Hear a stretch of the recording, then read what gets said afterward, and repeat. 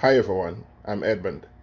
As we go through this week's notes and as we take a look into connectivism and uh, evaluate this emerging theory, I want us to first have a definition of what it is, and I'll add up the definition which is used by Goldie, which was adapted from Siemens also. And it says that connectivism is a knowledge learning theory for the digital age. Now, it is a knowledge learning theory for the digital age, but they also said that it's a conceptual framework which views learning as a network phenomenon influenced by technology and socialization.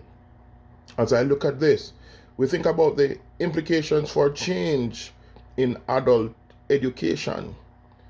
I believe it is the right step forward. I believe this is where we're going, and there is no getting away from connectivism. As we speak about connectivism also and the implications, I must mention massive online open courses.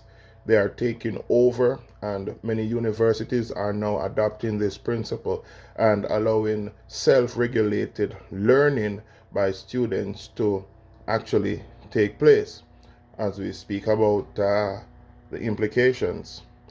Now, many persons who were lacking in educational opportunities before will now have the opportunity to upgrade themselves or to study. Because connectivism in itself, it allows for individuals to learn with an audience which is connected all over the world, where questions are asked, where they identify various things, where they work together in groups, in communities, that they solve problems online. And as I was watching the video, I realized one of the videos, I realized I think it was from Agarwal. I realized that he said that when a question was posed and he attempted to answer this question, that an answer came from one part of the world. And he started to type again, and then he realized there was an additional thing that took place. So I recognize that with this happening now, knowledge in itself will be spread across cultures, different backgrounds, and therefore students will leave learning a lot more than if they were sitting with a lecturer which is fixed to a particular part of the world, to a particular culture. Even though this lecturer is learned, that lecturer might not be able to bring the information across as other students would have all over the world.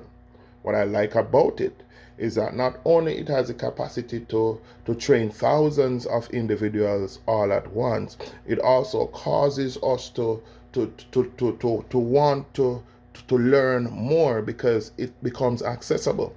It becomes accessible because persons, for example, in the USA had good chances of gaining education, whilst in the Caribbean, from where I'm from, it's a lot different and more difficult to access information.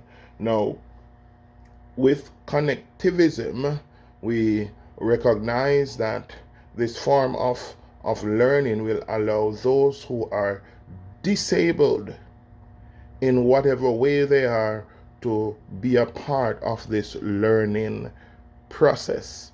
It allows individuals that are older to study more and to carry on this lifelong learning process.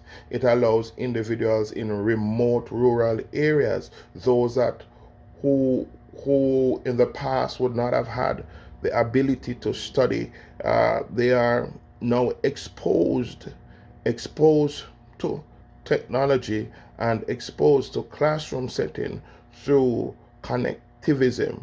Connectivism is basically, again, as I reiterate, it is basically technology based, and it allows for communities to come together or individuals around the world to put their knowledge together in the learning process. In this process, the teachers themselves play more of a guide rather than standing and lecturing. So ultimately, the classroom or the internet in itself lends for what we would say a more constructive classroom setting.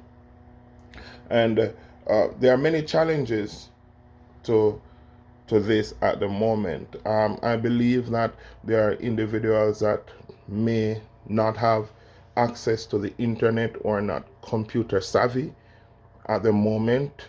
And it's not that they are not intellectually sound, but they have not been exposed to this form of technology as yet.